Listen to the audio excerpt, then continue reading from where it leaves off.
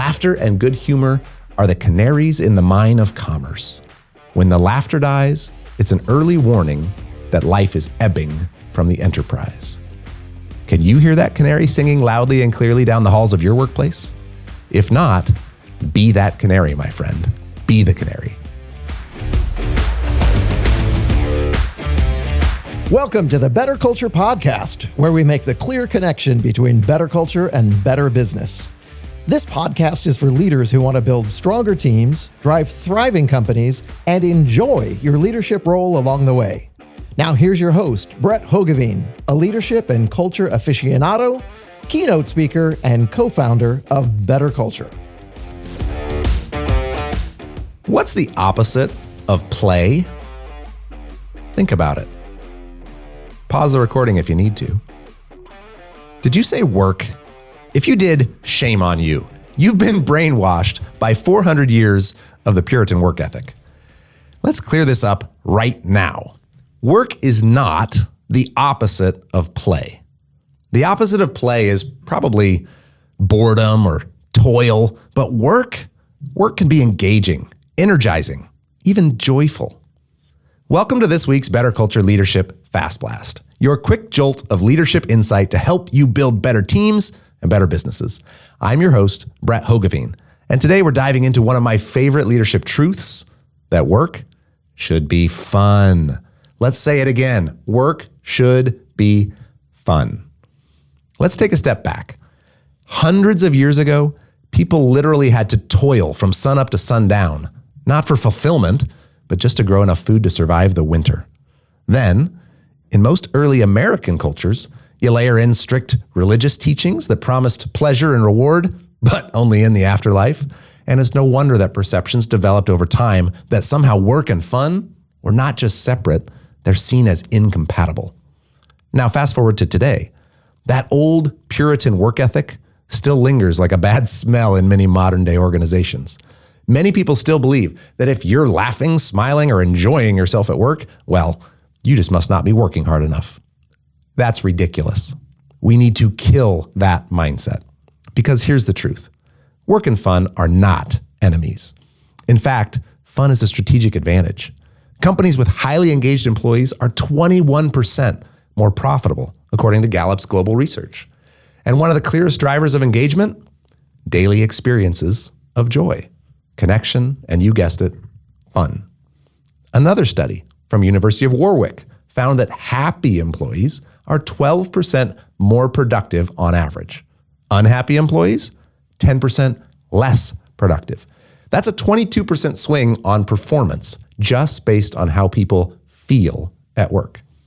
If those statistics don't convince you, how about this quote from a serious man by all accounts, General and U.S. President Dwight Eisenhower, who said about laughter the following: "Laughter can relieve tension, soothe the pain of disappointment, and strengthen the spirit for the formidable tasks that always lie ahead."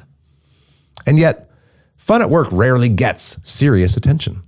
Dr. Kim Hoogeveen, my father and one of BetterCulture's co-founders, spent over 2 decades mediating labor disputes, working out public sector contract negotiations for salary increases, allotted vacation time, etc. As you can imagine, he's seen and heard a lot doing work like that for over 20 years. But you know one topic he tells me he never once heard at the bargaining table? Nobody ever said, hey, what can we do to make our actual jobs more enjoyable? Think about that. 2 decades of negotiating the balance between labor and the rewards that employees get back for the labor they put in. And no one ever suggested, hey, could we find a bit more laughter, joy, enjoyment as part of the fix? Even though a more enjoyable workplace would be a clear benefit to quality of life and literally cost nothing. It's just not on most leaders' radars. But the best leaders, they see it clearly. They know fun doesn't mean chaos. Fun doesn't mean not getting our work done. Fun means enjoying what we do, and therefore being happy to do more of it. It means creating an environment where people actually enjoy giving their best. It's not expensive, it's not complicated, but it's powerful. Now, is it theoretically possible for a workplace to get too fun? I suppose, but I've never seen it. I've seen too immature once or twice. I've seen too goofy maybe once, but I've never seen a professional workplace where people were just having too much fun. As Paul Hawken once said, laughter and good humor are the canaries in the mine of commerce. When the laughter dies, it's an early warning that life is ebbing from the enterprise. Can you hear that canary singing loudly and clearly down the halls of your workplace? If not, be that canary, my friend. Be the canary. Here's your challenge. What's one thing you can do this week to inject a little bit more fun into your team? Maybe it's a quick team poll with a goofy prize. Maybe it's replacing your next meeting agenda with a shared laugh. Maybe it's starting every Monday with a funny weekend fail story. Maybe it's just showing up and modeling joy, energy, and the permission to enjoy the ride. Full-time workers spend as much as 30 to 40% of their adult waking hours at work. That's 30 to 40% of your life.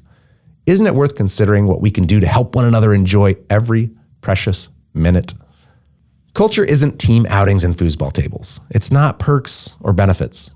It's our everyday, every hour, every moment experience at work. If you enjoy your work, you know what I mean. If you enjoy your colleagues, you know what I mean. Everyday enjoyment should be the goal. Everyday fun. Because every day is really all we have. I'm Brett Hoogeveen. Thanks for listening to this BetterCulture Leadership FastBlast.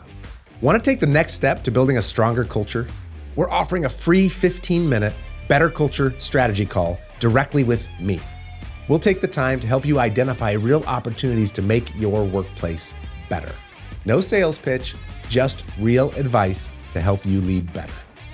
Grab your time right now at betterculture.com/free call. Let's make something even better together.